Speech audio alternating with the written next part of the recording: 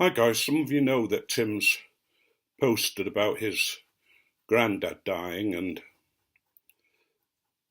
like most young people, it affects the grandchildren, I think, in a very real way, and I think it affects the members of some members of the family more than others, simply because it means that um, the patriarch of the family or the matriarch has died, and it now passes down.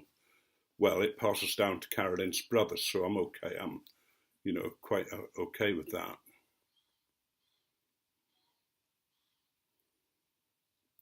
And if we're honest, we were very not happy that he died, but pleased that he hadn't lingered.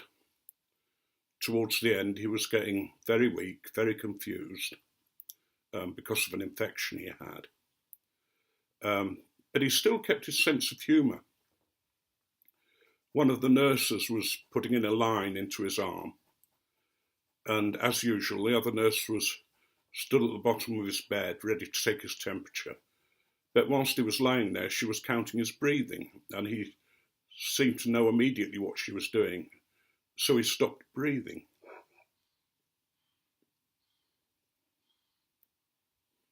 Well, I mean, you can imagine the poor girl. She's looking at her watch and she's looking at the granddad, and there's no breath, and yet he's very definitely still alive. And then it dawned on her what he was doing.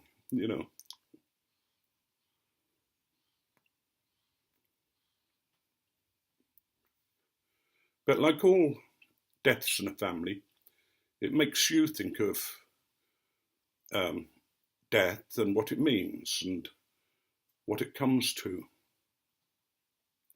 One of the problems in the West is that we're so often removed from the reality of death. I don't know what it's like in America, but in this country, and I guess it's the same in America, somebody dies, if they die at home, you ring the police or the doctor.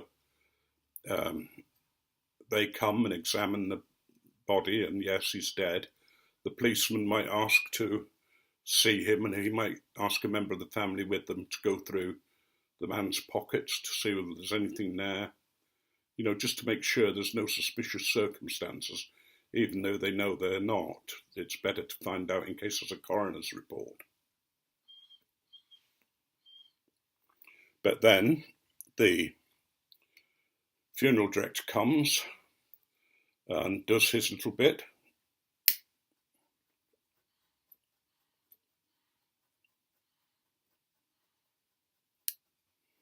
Which usually includes the lines of, well, you don't want a cheap casket for him, do you? You want the best for your beloved.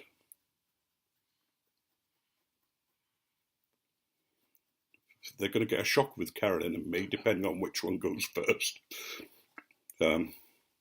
Caroline tells me that that the rubbish cart comes and collects me.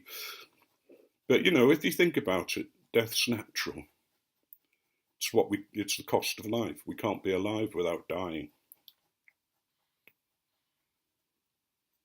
But the funeral director takes the body away, and very rarely these days do people go visiting and viewing the body, or at least in this country. Everything's sealed up, sanitized, and removed from you. And I'm not sure that's a good thing. And so often people try and protect the children from death.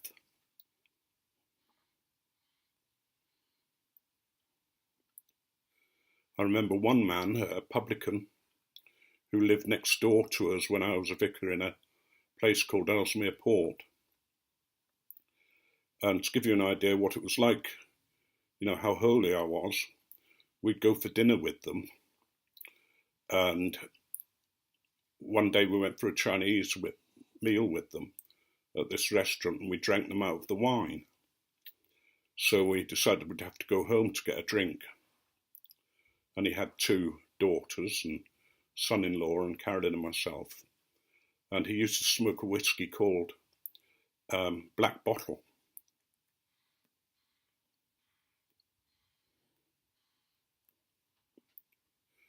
But we got to the stage where me and he were, let's just say, merry. And the daughter said, "Dad, I think you should let the vicar go now. He's got to go home. He's got to be up in the morning."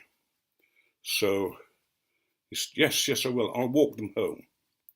So we walk out of the garden gate, down to our gate at the vicarage and down to the front door, and we have a little chat on the front door.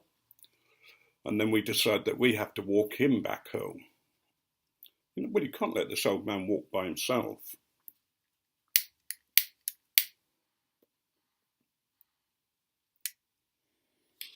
We arrive at the front door only to be asked in for a last drink, to be impolite not to offer somebody a drink. Well, after this happened about 3 times, his daughter said, "Dad, I'll walk them home." And we ended up walking home. But when his wife died, his 2 daughters insisted on going into the bedroom and making her up. They did her hair, they put makeup on, they painted her toenails and her fingernails, and all the while they were doing it, they were talking to her and talking about things in general. And then the funeral director came, and it was much more relaxed, it was much more natural. And I think they were easier for them because they'd done that. And as one of the girls said, my mother would never go out without makeup on.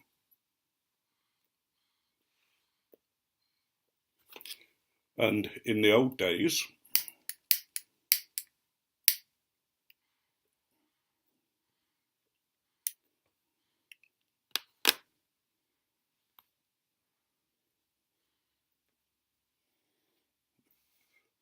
the body would be moved into the front room, the coldest room in the house. There'd probably be an old horsehair sofa, a table, and the usual parlour furniture,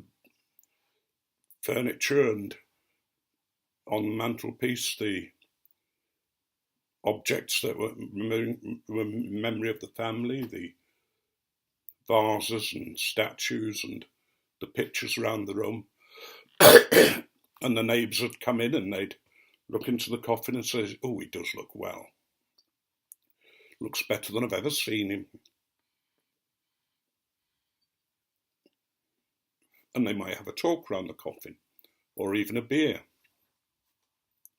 And it becomes a village occasion. It becomes an occasion when everybody knows, because the curtains are drawn in the house, and everybody in the street are involved. Usually they get flowers and that kind of thing. And we don't seem to be able to do that these days. One of my funerals, I asked if the coffin was open.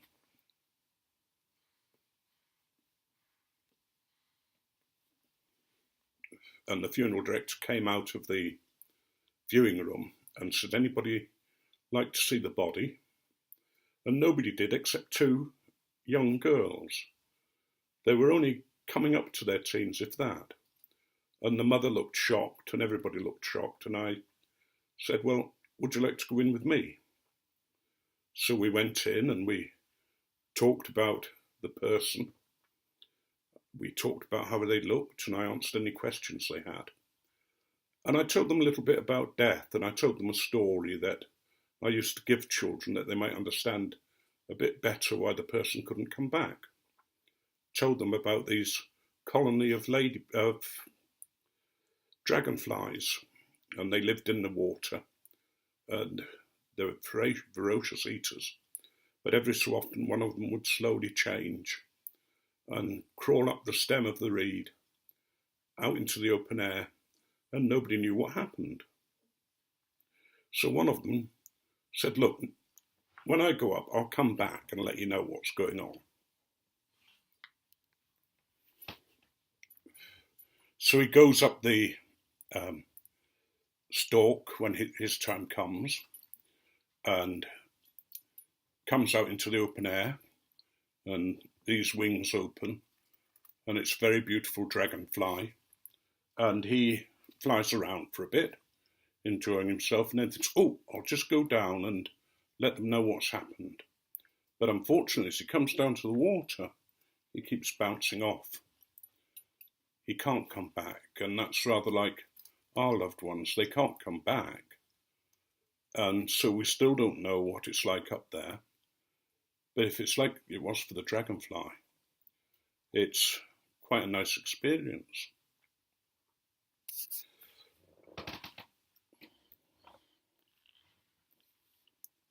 I'm not going to go on too long, but I want to just go on a bit more.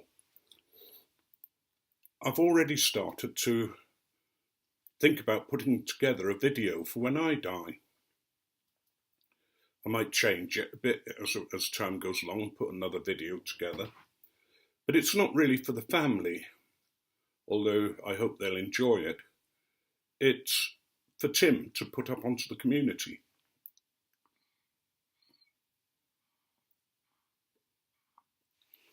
So you're reassured that I'm not coming back, so you don't have to worry about that. But also for me to pay my respects to you and for me to talk about the end. And therefore I'll always be with you in one way or another. And it's a way of us saying goodbye together.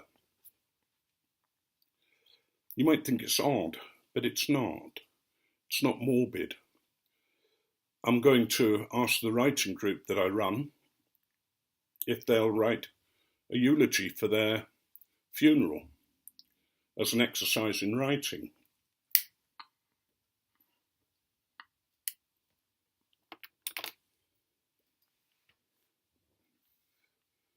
But it gives them a chance to look at their life. What have they done? What have they enjoyed? What have they missed? What have they been sorry for? What would they like to do? And maybe it'll be an aid for saying, well, I'm going to get on with that and I'm going to try and do those things.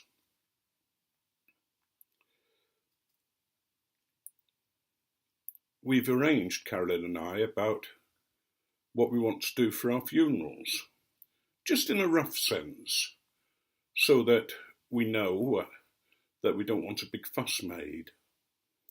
We don't want to give in to that. You want the best casket, don't you, for your loved one? Well, no. What's the point? Do we want to be cremated? Do we want to be buried, and why?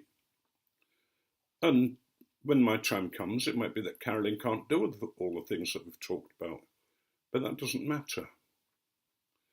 It's a chance to talk together as husband and wife about that time,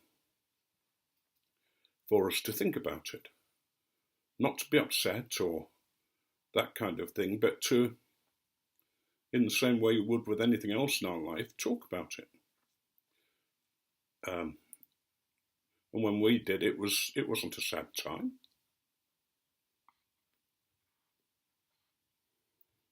Some of my suggestions for music were quite funny. And certainly they'd shock the vicar. But anyway, maybe it'd be a good idea for you and your loved ones to talk about the future in that way, to make sure that you've prepared, because that used to be the role of the parish priest or the minister. He would come round and he would say, well, Fred, I mean, maybe not in these terms, but, well, Fred, your time's come. Is there anything you want to say to God? Do you want to make a confession? And you'd prepare somebody to die. And their death would be hopefully easier. But you try doing that today, and the family would be horrified.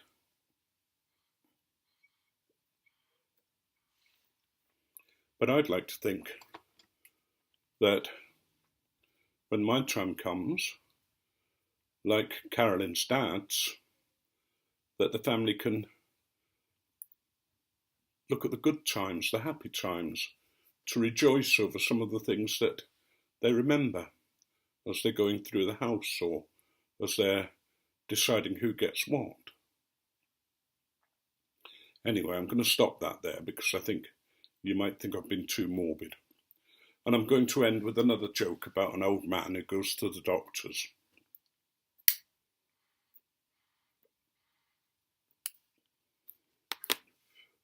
George is 90 years old and he's fallen in love with his cleaner. She's 21. Bit like another bloke I told you about.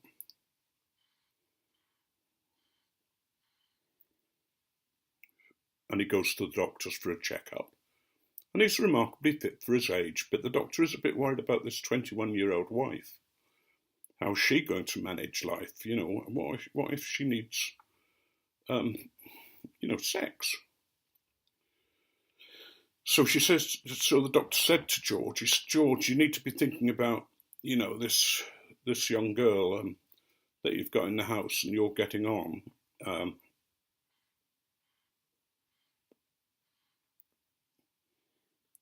It might be good if you took in a lodger to be able to keep your wife company when you're not able to and that kind of thing.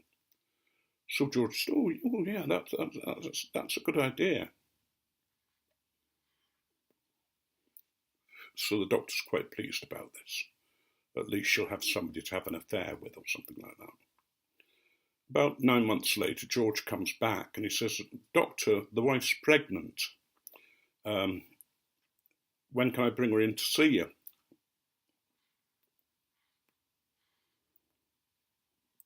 And the doctor thinks, oh, that's remarkable. And he says, oh, is she? And he said, and how's the lodger that you got in? And George looked at him and said, the lodger? Oh, she's pregnant as well.